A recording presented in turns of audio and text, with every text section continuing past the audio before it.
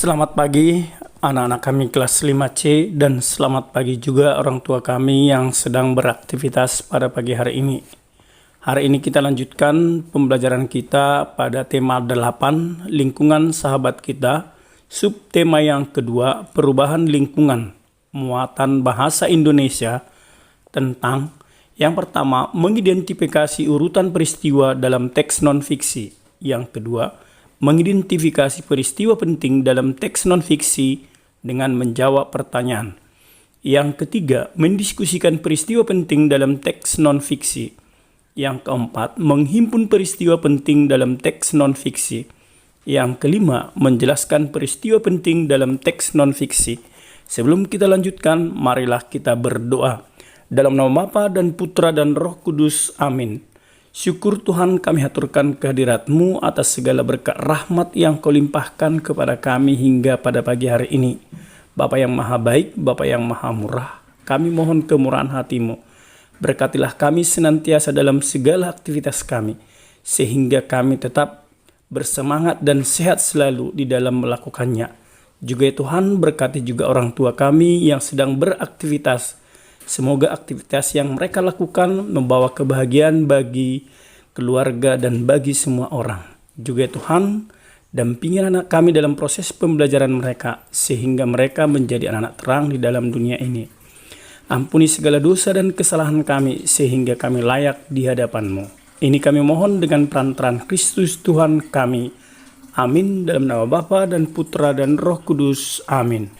Pembelajaran kita yang pertama, mengidentifikasi urutan peristiwa dalam teks non-fiksi. Berikut cara-cara untuk mengidentifikasi urutan peristiwa dalam teks non-fiksi. Yang pertama, bacalah teks dengan saksama dari awal hingga akhir teks. Temukan kalimat utama atau gagasan pokok pada setiap paragraf. Yang ketiga, tandai kata atau kalimat yang kamu anggap sebagai kata kunci. Agar kita tidak lupa, kamu harus mencatat dalam bentuk peta konsep atau diagram alir. Tidak seperti peta konsep yang ditulis bercabang, diagram alir ditulis dalam bentuk skema berurutan. Sebagai contoh diagram alir, ayo simaklah teks berikut. Macam-macam siklus air. Siklus air adalah pola sirkulasi air dalam ekosistem yang diawali dengan proses pemanasan permukaan bumi oleh sinar matahari yang mengakibatkan terjadinya penguapan hingga terjadi kondensasi uap air, yaitu proses perubahan uap air menjadi titik air. Jika uap air menjadi titik-titik air, maka hujan turun yang kita kenal dengan presipitasi. Air hujan yang jatuh ke permukaan bumi akan tersebar. Ada yang meresap ke dalam tanah, jatuh di daunan, mengalir menuju laut, melalui sungai atau mengumpul di danau, serta menguap lagi ke atmosfer. Siklus air dapat dibedakan menjadi 3 macam, yaitu siklus air pendek, siklus air sedang, dan siklus air panjang. Siklus air pendek pada dasarnya tidak mengalami pergerakan angin, yang berarti sehingga uap air yang terbentuk segera mendingin kemudian jatuh sebagai hujan di kawasan sekitar laut.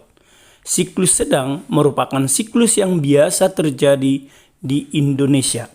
Pada siklus ini hujan langsung jatuh di daratan.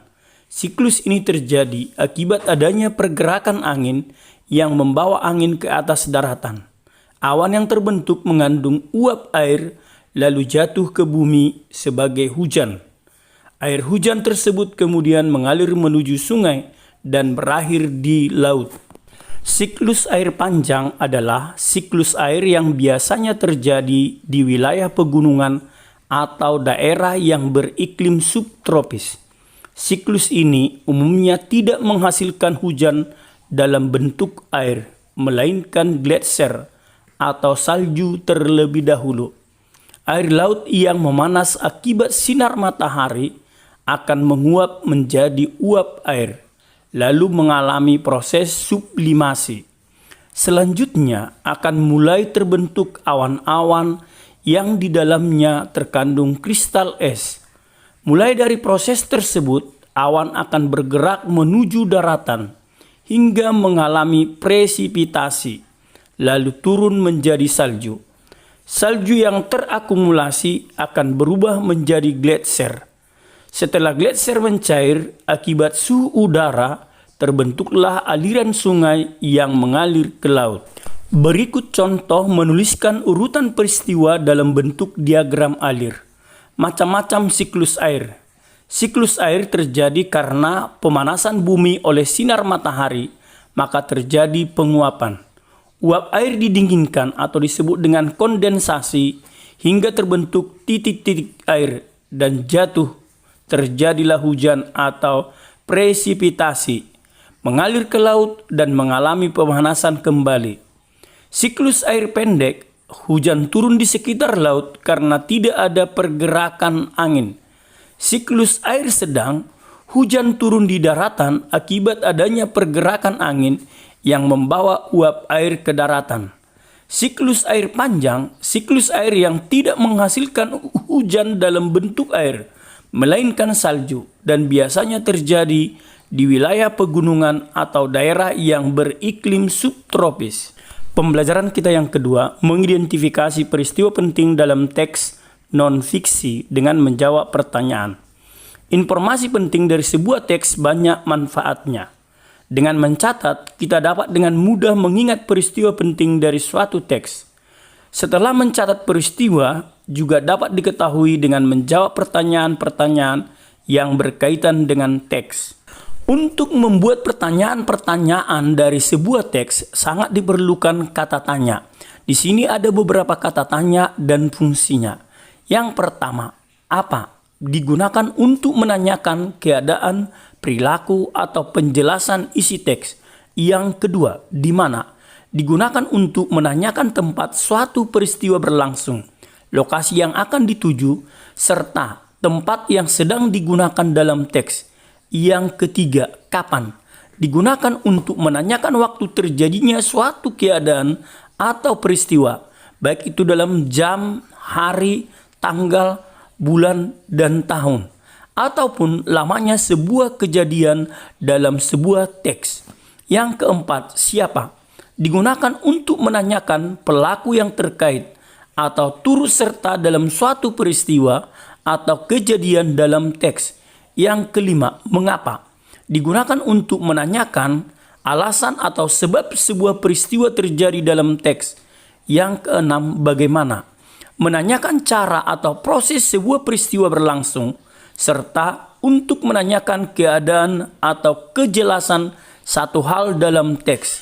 Dan yang terakhir, berapa? Digunakan untuk menanyakan banyak, jumlah, atau satuan dalam berupa angka. Sebagai contoh, ayo simaklah teks berikut ini. Peristiwa siklus air sering tidak disadari oleh manusia. Siklus air merupakan peristiwa sehari-hari yang menghasilkan air bersih untuk kehidupan manusia. Dalam kehidupannya, manusia membutuhkan air bersih untuk rumah tangga, pertanian, dan industri. Menurutmu, peristiwa apa yang terjadi pada teks tersebut? Yang kedua, apa yang dihasilkan dari peristiwa siklus air? Coba ceritakan. Pembelajaran kita yang ketiga mendiskusikan peristiwa penting dalam teks non-fiksi. Peristiwa penting dapat ditemukan dengan membaca teks secara seksama. Setelah itu, kita dapat mencatatnya sehingga kita akan selalu mengingatnya. Cara mencatat peristiwa penting dari sebuah teks dapat dilakukan dengan cara membuat peta pikiran, tabel, menjawab pertanyaan, atau diagram alir.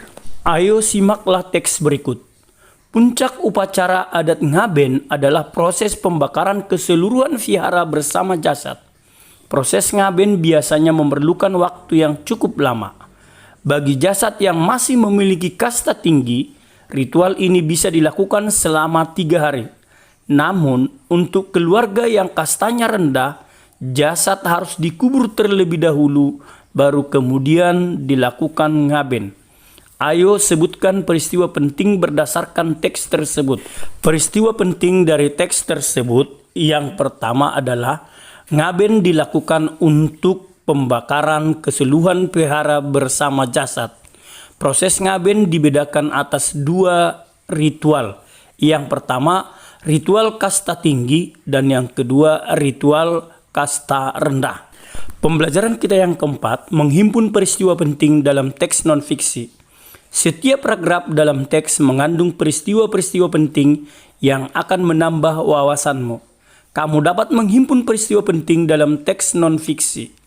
Menghimpun artinya mengidentifikasi dan mengumpulkan informasi peristiwa yang ada di dalam teks non-fiksi. Peristiwa penting yang telah kita himpun dapat disajikan dalam bentuk peta pikiran. Berikut ini adalah contoh menghimpun peristiwa penting dalam peta pikiran. Bentuk peta pikiran pada gambar merupakan diagram alir. Cara membuat batik tulis. Membuat pola pada kain dengan menggunakan pensil. Melukis batik menggunakan malam atau cairan lilin dengan mengikuti pola yang telah dibuat. Menutupi dengan malam bagian-bagian yang akan tetap berwarna putih atau tidak berwarna. Menjemur kain yang telah selesai diberi warna. Menghilangkan malam dari kain tersebut dengan cara meletakkan kain di dalam air panas. Pembelajaran kita yang kelima menjelaskan peristiwa penting dalam teks non-fiksi. Kamu dapat memahami peristiwa penting dalam teks dengan cara membaca intensif. Jika kamu sudah mengetahui peristiwa penting dalam teks yang dibaca, sebaiknya peristiwa-peristiwa tersebut dituliskan dalam bentuk catatan. Catatan tersebut dapat berupa peta pikiran atau jawaban dari pertanyaan-pertanyaan terkait peristiwa dalam teks. Pembelajaran kita yang keenam, menuliskan peristiwa penting dalam teks non-fiksi. Peristiwa-peristiwa penting dalam teks non-fiksi juga dapat disampaikan secara lisan. Secara lisan, kamu dapat menyampaikan dengan cara yang sama seperti tertulis. Perbedaannya, kamu harus dapat menyampaikan peristiwa-peristiwa tersebut dengan bahasa yang jelas, sehingga pendengar dapat memahami informasi yang disampaikan. Sebagai tugas pembelajaranmu yang pertama, supaya mendapatkan informasi yang cepat dari sebuah teks dapat dilakukan dengan cara titik-titik. Yang kedua, bacalah teks dengan seksama. Aku terserang demam berdarah. Waktu itu, sepulang sekolah, badanku terasa panas. Kepalaku juga terasa pusing. Aku langsung merebahkan badanku di kamar tanpa berganti seragam. Dan makan siangku, perutku terasa mual dan ingin muntah. Aku berpikir ini hanya masuk angin biasa. Ternyata sampai pagi hari badanku tetap panas dan pusing kepalaku tidak kunjung hilang. Kalimat dalam paragraf yang menyatakan latar waktu adalah titik-titik. Yang ketiga, teks bacaan non-fiksi berisi tentang informasi dan peristiwa yang bersifat titik-titik. Yang keempat, tuturan yang berisi tentang terjadinya suatu peristiwa disebut dengan titik-titik. Yang kelima, hutan adalah salah satu kawasan yang tumbuh alami, berisi ribuan jenis pohon dan beragam binatang. Hutan biasanya berada di daerah pinggiran kota dan berhawa sejuk. Gagasan pokok paragraf di atas yaitu titik-titik. Demikianlah pembelajaran kita pada pagi hari ini, dengan harapan anak-anak kami semuanya mengerjakan tugas dan mengirimnya sama Bapak. Terima kasih, selamat pagi.